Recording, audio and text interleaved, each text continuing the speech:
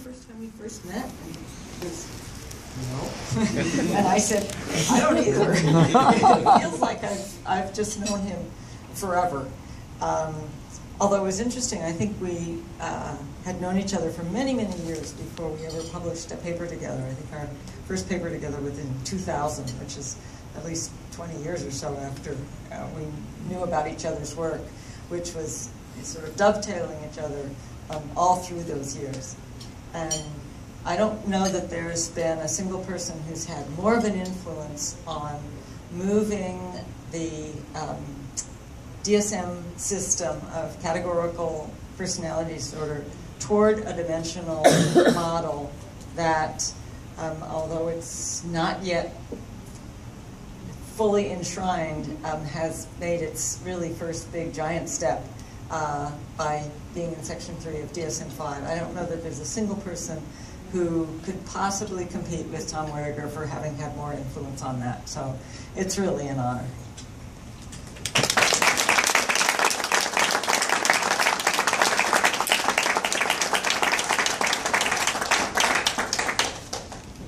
Cool.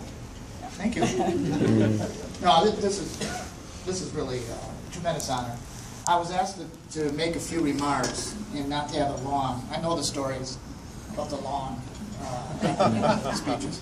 I think I'm under 3 minutes, 4 minutes. But I thought I would say a few about my mentors and a few anecdotes. I started off in a junior college. It's not as great of an elegance of a history. My dad wanted me to make sure I could pass courses before he was going to pay for the 4-year college. But I didn't mind. My second year I was in a hippie house, and that was probably the funnest year of my life. I started off wanting to be a creative writing major. But I took an abnormal psychology course, and the professor, after the course was done, I asked the professor, well, some suggested readings, and he suggested Artie Lang's Divided Self, Freud's Interpretation of Dreams. Well, you scowled at that. And Sandra Ferenczi's Sex and Psychoanalysis. I absolutely loved Divided Self, Interpretation of Dreams. I can never figure out why you recommended Sex and Psychoanalysis. It's not what you think it is. There's no sex in it at all. So I was really disappointed. And it was just this weird, archetypal type discussion. It was very strange. But I was very enamored with the other 2 books, and I decided that's what I wanted to do. So then I went to the University of Michigan, and never really worked closer with anybody there. I don't know, that probably reflects my personality. But my favorite professor was Wolowitz, who taught the advanced psychopathology class. And I just loved this class. And we not only read chapters by Freud, he read whole books. And I was, amongst a class of 60, 70, 80, 100 or something, and a hand up there, calling me, I want to talk about this. And I was called on a few times, so that was exciting. And then I went up to the professor one time and said, I'd like to come to your office to talk about this meeting. Can we talk in more depth? No, I don't think so. Well, maybe just on the way back to your office. And so he said, okay. So we're walking back to his office, and literally, I think it was in a speed race. And I'm running beside him, trying to discuss Freud with him all the way back. And we get to his office, and then he walks in, okay, that was good. Slam. I'm looking at the office door, and I go, yeah, that was pretty good. I think that went well. And then the other one was, I had a class in interpersonal dynamics with a professor, and it was a weird class. You go to the first day, and the professor said, okay, just let you know, this will be the last day you ever say anything. Everybody gets an A. Whatever you do is up to you. You just have to show up to class, and you have to write a paper. And of course, everybody's asking, well, what's on the test, and what do you have to put in the paper? No, nothing. It's up to you completely. Whatever happens here is up to you. And there I meant he never said another word the whole semester. And so he just showed up. And I don't know if any of you were involved in these things back then. This was the 1970s, these leaderless tea groups. So it was a strange experience. And then so I wrote the paper, and I handed it in, and he sent it back, got this grade, but there was no comments.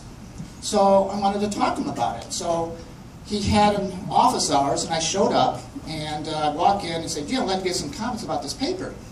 And He goes, no, I don't have time right now. I said, well, okay, all right. And looked kind of crestfallen, and there was this couple, young couple standing there, and the woman said, no, I'd love to hear it. You know, come on, let me hear about it. I said, okay, great. So I started talking about it, and he's kind of looking at me kind of funny, and she's, oh, that's very interesting. And then I recognized them. It was Jane Fonda and Tom Hayden. And Tom Hayden founded SDS, Society Democratic Society in Ann Arbor. And that's when they were first dating and things. And everybody goes, oh, God. You know, I said, I'm sorry, I'll leave. So I sort of, got out. But I always appreciated that she said, no, sure, go ahead, talk about it. So then I went on to Miami of Ohio, and I originally went there to study with Jim Coyne. And I'm sure a lot of you know who Jim Coyne is, and it's probably weird to think he was at Miami of Ohio. But that was his last year there. And I remember getting there, and I'm standing in front of the mailboxes, and I showed up like 2 weeks early, and I'm looking at the mailboxes with all the names, and I see my name. And that was just thrilling. So I'm here. I'm part of graduate psychology, and I'm part of the system. I'm part of the game or whatever. And so I'm sitting there looking at it, and then this guy comes up to me. He says, "What are you doing here?" I said, "Well, I'm Tom Widiger. Came in to work with Jim Coyne." And well, don't you know he's leaving? This is his last year. And God, no, I didn't know that. So I was a little disappointed. And so he got into this huge rage. That this is what Miami, Ohio is all about. They exploit everybody. He's just going on and on and on. And I said, well, it's disappointing, but And he just kept going. He wouldn't let go. I said, we'll take you down to the chair's office and get your admissions rescinded. You can go to another university. Well, it's a little late. So I'm thinking, okay, let's do that. But, I have to go to the bathroom first. And so I left, and I just went out of the building and went home. Didn't come back for another 7 days. Now, there's a sad part to that. It's funny, but he was psychotic. Parents thought that was psychotic at the time. And Len Roy, in fact, who became my advisor, took him to a hospital. But anyways, I started off, yes, I was going to work with Roger Knudsen, but he left, and I wound up working with Len Royer, in large part because from the assessment class, where I took the textbook by Wiggins, who I was just enamored with. I just absolutely loved it, and I do remember vividly first meeting Jerry Wiggins. Such a nice guy, a brilliant guy, very nice guy. And, but I loved that class, and I wound up, well, they hired Roger Knudsen to replace Jim Coyne, and that didn't work out. He was this Jungian family dream analysis guy. So I worked with Len Royer, and who's a student of Paul Meehl. So I'm second generation Meehl. I'm a Minnesota person, guys. Come on now.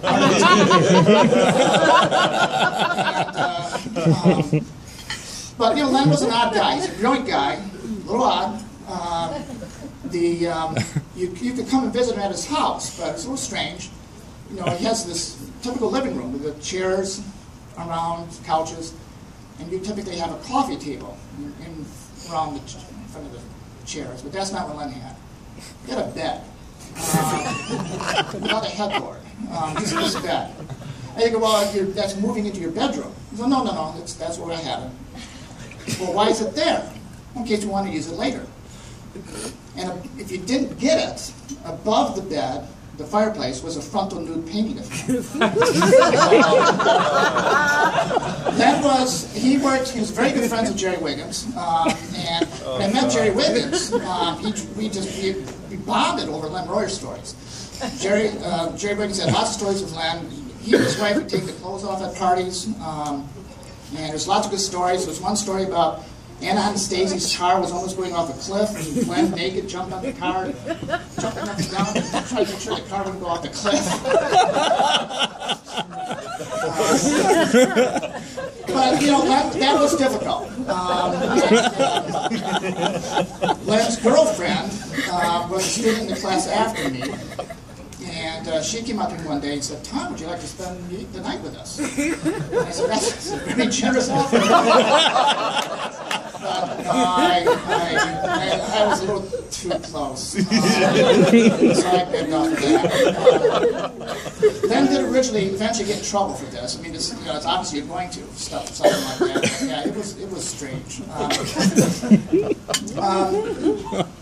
Then I went out for my internship and worked with Alan Francis.